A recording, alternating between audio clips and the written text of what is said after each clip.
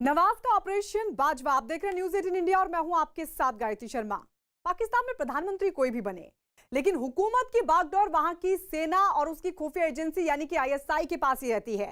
असल में पाकिस्तान की सेना के जनरल ही ये तय करते हैं कि पाकिस्तान की सत्ता की चाबी किसे दी जाए, और पाकिस्तान के इसी राज को पाकिस्तान के पूर्व प्रधानमंत्री नवाज शरीफ ने पूरी दुनिया के सामने बेनकाब कर दिया है।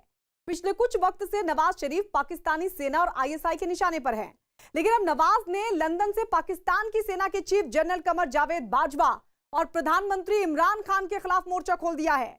नवाज शरीफ ने जनरल कमर जावेद बाजवा पर संगीन आरोप लगाते हुए कहा है कि बाजवा ने ही उनकी सरकार को गिराया था और इमरान खान को पाकिस्तान का प्रधानमंत्री बनवाया।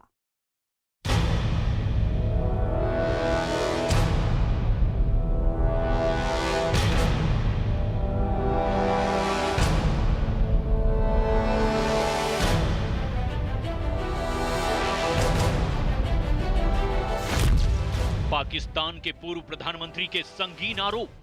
जनरल बाजवा साहब, जवाब आपको ही देना पड़ेगा। नवाज शरीफ ने जनरल बाजवा पर साधा निशाना। जनरल कमर जावेद बाजवा साहब, ये सौगात आप ही की दी हुई है। उनकी सरकार गिराने का इल्जाम लगाया। जनरल कमर जावेद बाजवा साहब, आपने हमारी अच्छी भली चलती हुकूमत को रुखसत करवाया। नवाज ने लंदन से खोला इमरान के खिलाफ मोर्चा। इमरान नियाजी की इस नाइल हुकूमत की तबाहकारियों का कौन जिम्मेदार है? ये नवाज शरीफ हैं, पाकिस्तान के पूर्व प्रधानमंत्री, और इस वक्त ये पाकिस्तान से हजारों किलोमीटर दूर लंदन में हैं। पाकिस्तान में नवाज के खिलाफ गिरफ्तारी वारंट निकला हुआ है। इमरान सरकार उन्हें भगोड़ा घोषित कर चुकी है, लेकिन पाकिस्तान के पूर्व प्रधानमंत्री नवाज शरीफ ने पाकिस्तान की दूसरी विपक्षी पार्टियों की तरह ही लंदन से इमरान सरकार और उनकी सरकार के लिए मसीहा बने पाकिस्तानी सेना के चीफ जनरल कमर जावेद बाजवा के खिलाफ मोर्चा खोलते हुए उन पर संगीन आरोप लगाए हैं। जस्टिस काजी फायजी साहब और उनके अहले खाना के साथ होने वाली नाइंसाफी का कौन जिम्मेदार है? इस मीडिया की जुबानबंदी का कौन जिम्मेदार है? सेनेट के इंतखाबात पर डाका डालने का कौन जिम्मेदार है? इलेक्शन से पहले जोड़ तोड़ और हॉर्स ट्रेडिंग का कौन जिम्मेदार है?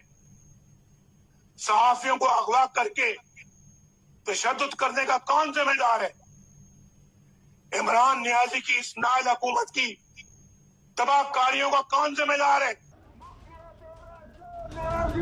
ये पाकिस्तान के 73 साल के इतिहास में पहली बार हो रहा है कि पाकिस्तान की तमाम विपक्षी पार्टियों ने पाकिस्तानी सेना और सरकार के खिलाफ जन आंदोलन छेड़ दिया है।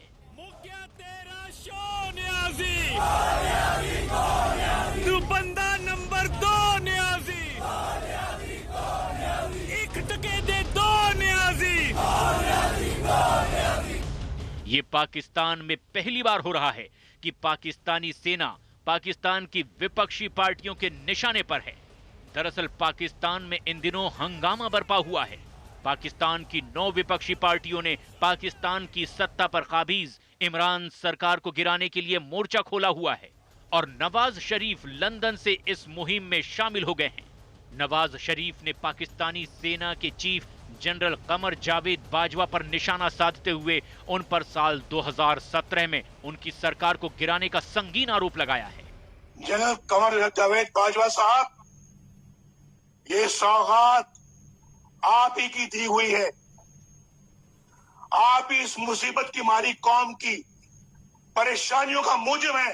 जनरल कमर जावेद बाजवा साहब, आपने हमारी अच्छी भली चलती हुकूमत को रुखसत करवाया और मुल्क और कौम को अपनी ख्वाहिशात की भीम चढ़ाया।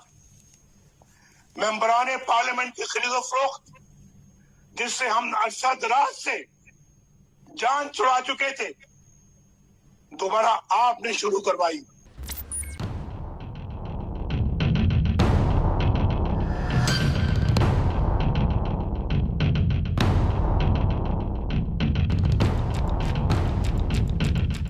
लेकिन नवाज इतने पर ही नहीं रुके।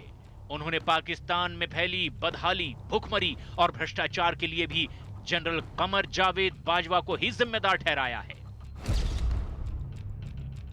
इसके अलावा पाकिस्तान के पूर्व प्रधानमंत्री ने जनरल बाजवा पर पाकिस्तान में साल 2018 में हुए आम चुनावों में धांधली करने और पाकिस्तान की आवाम को इमरान खान की शक्ल में एक इलेक्टेड नहीं बल्कि सिलेक्टेड प्रधानमंत्री देने का भी संगीन इल्जाम लगाया है। आपने इलेक्शनों में आवाम के इंतखाब को रद्द करके अपनी मर्जी का नाअहल टोला इस कौम पर मुसल्लत किया। नतीजे में होने वाली बर्बादी के भी आप ही जिम्मेदार हैं। जनरल बाजवा साहब, जवाब आपको ही देना पड़ेगा। नवाज शरीफ 3 बार पाकिस्तान के प्रधानमंत्री रह चुके हैं, लेकिन आज आलम यह है कि पाकिस्तान की सेना और आईएसआई से पंगा लेने के बाद पहले उनकी सरकार गिरा दी गई, फिर भ्रष्टाचार के आरोप में उन्हें जेल भेज दिया गया। इसके बाद जब वो जेल में मरने की कगार पर पहुंच गए तो बड़ी जद्दोजहद के बाद लंदन जाकर इलाज करवाने की इजाजत मिली। चूंकि नवाज इस हकीकत को बखूबी समझते हैं कि अगर वो इमरान के प्रधानमंत्री रहते दोबारा पाकिस्तान गए तो उन्हें अपनी जान भी गंवानी पड़ सकती है, लिहाजा वो पाकिस्तान लौटना नहीं चाहते। नवाज शरीफ 3 बार पाकिस्तान के प्रधानमंत्री रह चुके हैं, लेकिन हैरानी की बात यह है कि वो एक बार भी अपने 5 साल का कार्यकाल पूरा नहीं कर पाए। दरअसल 2018 में नवाज शरीफ ने लश्कर के सरगना हाफिज सईद को खुलेआम मुंबई हमलों का गुनहगार डिक्लेयर कर दिया था। बस इसी के बाद पाकिस्तान की सेना और खुफिया एजेंसी आईएसआई उनके पीछे हाथ धोकर पड़ गई और इसके बाद 6 जुलाई 2018 को भ्रष्टाचार के आरोप में उनकी सरकार गिरा दी गई और नवाज शरीफ पर एक फर्जी केस चलाकर उन्हें 10 साल की सजा भी सुना दी गई। मुख्य तेरा शो न्याजी। नवाज शरीफ इस हकीकत को भी बखूबी समझते हैं कि वो पाकिस्तान की उस शय के खिलाफ बोल रहे हैं जो पाकिस्तान की हुकूमत के तख्त पलट चुकी है और अपनी मन माफिक सरकार न होने पर पाकिस्तान का निजाम तक बदल चुकी है। आईएसआई और पाकिस्तान की सेना पाकिस्तान की वो शय है जिससे पाकिस्तान की पूरी आवाम डरती है और जो इनके खिलाफ जाता है या तो वो पाकिस्तान में नहीं रहता या फिर उसकी जुबान हमेशा हमेशा के लिए बंद करा दी जाती है। जब से पाकिस्तान वजूद में आया है तब से लेकर आज तक पाकिस्तान में कुछ नहीं बदला है। यूं कहें कि इन 73 सालों में पाकिस्तान की सरजमी को कोई भी एक ऐसा कद्दावर नेता नहीं मिला जिसने पाकिस्तान की सेना और पाकिस्तान की खुफिया एजेंसी आईएसआई पर नकेल कसी हो। कमाल देखिए कि पाकिस्तान की जिस सेना और जिस खुफिया एजेंसी आईएसआई को मुल्क के हुक्मरानों ने पाकिस्तान की हिफाजत के लिए बनाया था, आज वही पाकिस्तान की सेना और पाकिस्तान की खुफिया एजेंसी सियासतदानों का मुकद्दर तय करती है। मतलब साफ है कि पाकिस्तान को बतौर एक देश उसके सियासतदान नहीं बल्कि पाकिस्तान की सेना और उसकी खुफिया एजेंसी आईएसआई चलाते हैं।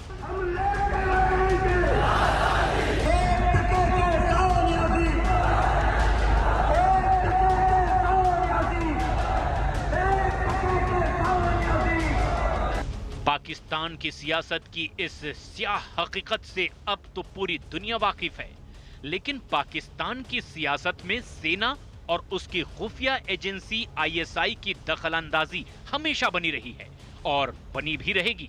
पाकिस्तान के प्रधानमंत्री की कुर्सी पर वही शख्स बैठ सकता है जिसको सेना का समर्थन हासिल हो, मुल्ला, मिलिट्री और मिलिटेंट। पाकिस्तान में ये वो 3 शय हैं जो जिनके साथ हैं उसे पाकिस्तान का हुक्मरान बनने से कोई नहीं रोक सकता। कमाल देखिए, इमरान खान को इस वक्त दोनों का समर्थन मिला हुआ है और इन तीनों के ही दम पर इमरान खान भी इस वक्त अपनी सियासी सफरनामे की सबसे अहम पारी खेल रहे हैं। लेकिन इस बात की कोई गारंटी नहीं है कि वो भी अपना कार्यकाल पूरा कर लेंगे, क्योंकि पाकिस्तान के प्रधानमंत्री की कुर्सी से एक मनहूसियत जुड़ी हुई है।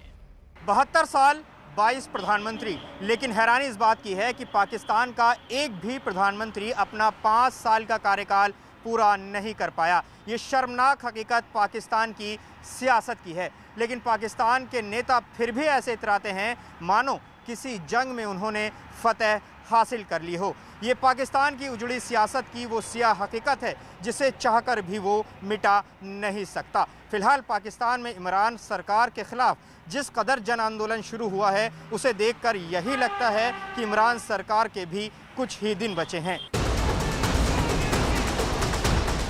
फिलहाल पाकिस्तान की बदहाल सियासत की शतरंज की बिसात पर विपक्ष और पाकिस्तान की सेना और सरकार के बीच एक दूसरे को मात देने के लिए चाल पर चाल चली जा रही है।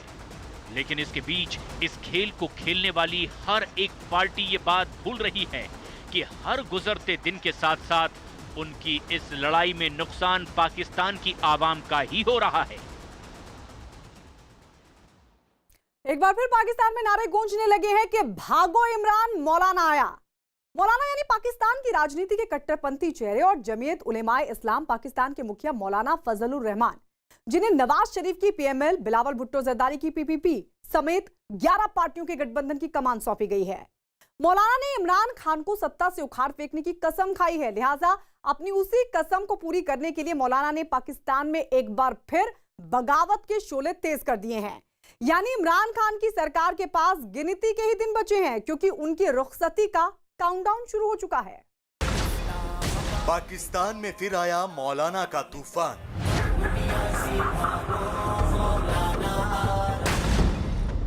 इमरान के खिलाफ मौलाना का यलगार। जो हुकूमत है वो अवाम की नहीं, वो धांधली की पैदावार है। मौलाना ने फिर खाई इमरान को उखाड़ फेंकने की कसम। इंशाअल्लाह 16 अक्टूबर को गुजरावाना में इमरान के खिलाफ मौलाना के पास 11 हथियार। अपनी कुर्सी को खतरा नजर आ रहा है। आपने पहले सबको जो बोलता था उसको जेल डाल दिया, झूठे मुकदमात बना दिए। हम सब ये नहीं चाहते हैं कि जो 2018 में सिलेक्शन हुआ था वो फिर से हमारा साथ की जाए।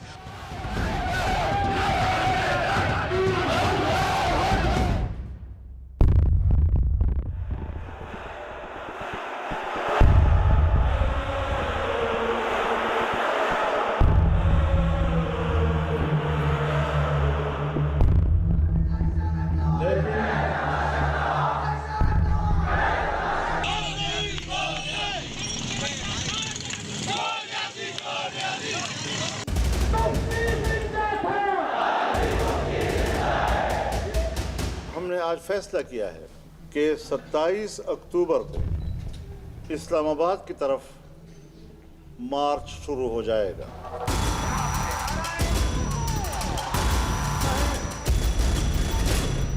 ये आज़ादी मार्च होगा। पूरे मुल्क से काफिले रवाना हो जाएंगे और इस्लामाबाद पे आकर दम लेंगे।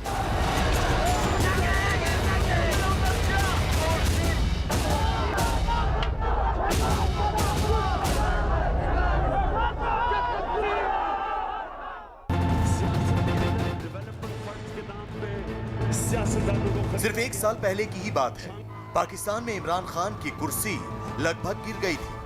नए निजाम की आहट होने लगी थी, क्योंकि पूरे पाकिस्तान में इमरान खान के खिलाफ सिर्फ गो बैक नियाजी का ही शोर सुनाई दे रहा था।